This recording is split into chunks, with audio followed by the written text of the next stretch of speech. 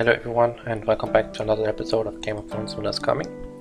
In today's episode we are going to take a look at the newest update that has been hitting the live servers. It's not a huge update, it has some nice quality of life changes inside them, and we can quickly glance over the patch notes, which, if I can find them.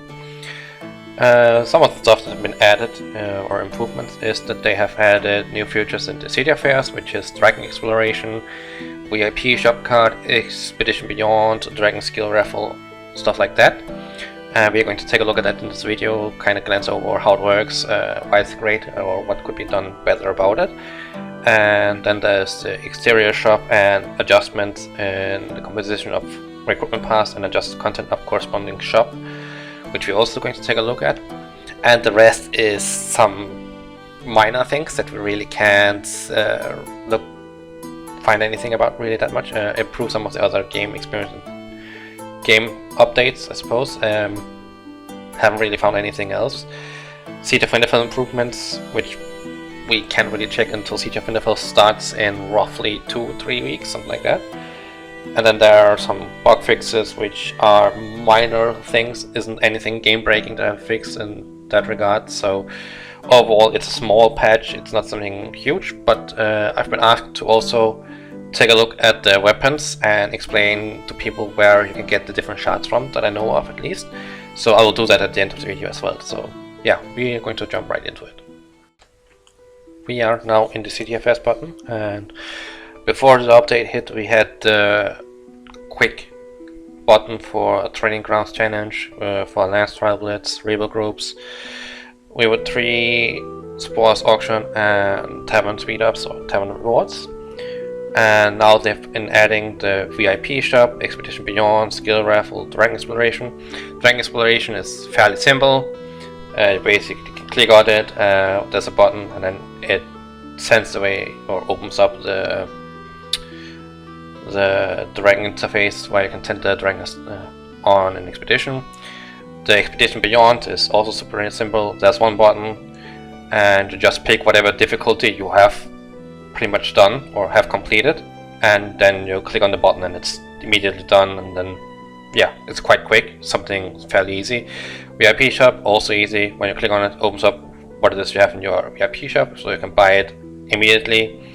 And the skill raffle opens up the skill raffle section of the dragon, where you can just go in, buy whatever you need, and draw whatever you want, and just quickly jump out of it. So overall, it's nice. It works very fast. Do keep in mind that sometimes you might need to click once or twice extra for the buttons to activate. I'm not sure if that's a bug inside the game, or if it's just a failsafe in case you want to change difficulty on certain things. But overall, it's a nice touch, and it helps going through their alternate accounts faster, I would say. So as mentioned before, we also have some slight changes to the recruitment pass and the shop regarding the recruitment pass. So we're going to go with a quick rundown in that regard. One of the first things you can see is that the rare crystal essence has been added to the shop or the pass, both on the free rows and the paid rows. So even if you're a free to play player and you might have only a few castle exteriors, you can get the crystals for free and upgrade your castle exteriors that way. Because a few new things have been added to the pass, it obviously means that the coins have been less spread out, so they have become more compact. Not sure if we have gotten more coins as well. I think in the paid ones we have more. I also think we have a slight increase in the free to play row as well. So overall, there has been some nice changes, some new stuff added, and I also believe that the battle equipment general items have been added also recently. So slight changes, helps all, and best of all is that not everything is hidden or locked behind a paywall, while we still keep some of the commanders or medals, and we also keep the assembly bugle and so on in the paid rows. So it kind of helps in that regard. Changes things up a little, and like I said, it's really great they haven't hidden everything behind a paywall, so even free-to-play players can get access to it. In terms of the shop, they have added the exterior redemption order 1000 for 1 coupon. So those players that have saved up their coupons that had the all of the cast exteriors, or had some of the cast exteriors already when they bought the past recruitment passes and couldn't use their coupons on anything new, they can use them on the recruitment order exterior redemption order, sorry, and get the points from that. And then they can go to the cast exterior shop and convert them or use them for something they might require here. There are the old recruitment pass castle skins here that you can get if you want to, and then there is the, what's it called, the two S skins or S exterior castles, which you can also get in the cast exterior box, which also includes both cast exteriors and marching animations. And then there's the two SS skins, which are really great. So it's pretty much made so that even old players can get some benefit out of the things than buying the recruitment pass in the past. So overall, really great change. I personally think it helps everyone, and I'm a big fan of it.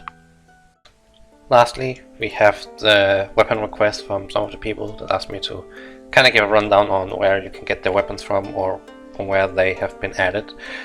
And generally keep in mind that the fragments were added after certain weapons, so the fragments might be available, might not be available for certain weapons.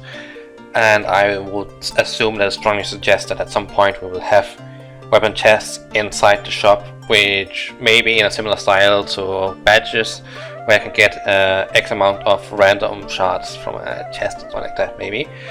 It's just a guess from mine. You can't really say for sure, but it's possible. But yeah, the Jaime Lannister Oathkeeper weapon, as well as the Sinara and Layla weapons, were all three part of the Arrow event. You can get them. The first Arrow event you could get the weapons directly. The second Arrow event, I believe you could get the chest where you could also get fragments from it, so it was changed up slightly in that regard. The Robb Stark weapon you got from a ranking event, whereas the Arya weapon is the reward for ranking first in the Super Mines, which have recently opened. And of course there are also chests you can get from there that potentially have the weapon or shards inside it, if you rank second, third, fourth and so on, and amount of time you held the Super Mine. And yeah, so the Sorin weapon was also a ranking event if I remember correctly, and his stats are passive. Once you have the bow put on a commander, the commander doesn't have to be in the battle or anything. All the stats on the bow are passive, which is really nice, really great, I believe. Even the two top ones are passive if I remember correctly, but pretty sure all of them are. The Chris weapon Oath is from the normal mine drop, and you can also get fragments from the mine now, but before it was a potential to drop the weapon. Now it has potential to drop the weapon as well as the fragments, so that's really nice. Any weapon, I can't remember if we had access to it yet. If we had, then I might have missed it. The Baelish weapon you get from, I believe, the highest tier in the Torch event, or the, what's it called, the Layers of Flame event, where you get, I believe it's 50 shards you can get, so you have to go through the entire layer twice to actually get the full weapon. The Haley weapon hasn't been revealed yet. The Gorel weapon was from a recharge event during the last weapon event we had. Wasn't super expensive, but it gave you the chest where you can potentially get his weapon or shards. Theon weapon hasn't been added yet, the Raven weapon hasn't been added yet, and the Hector weapon, you can get the fragments also from Layers of Flame, but I believe that's from the middle rewards, so it's not the entirely super expensive rewards, it's the middle one here. And you also have to go through the layers a few times, I believe, to actually get the full weapon. It's only some fragments you can get from it. So that's pretty much all the weapons covered. I hope you liked the video. Like and comment if you want to. Subscribe to the channel if you're new. And if you have any questions, or if you want me to focus on something in my next video, leave it down in the comments below. And if you are new to the game, want to play the game, then the link's down in the description below. And so it is for the Game of Thrones Winners Coming Discord group. And of course, if you want to figure out where I get my music from, I will leave a link down to the channel down in the description below.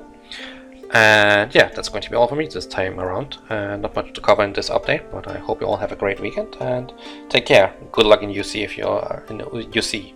Bye bye.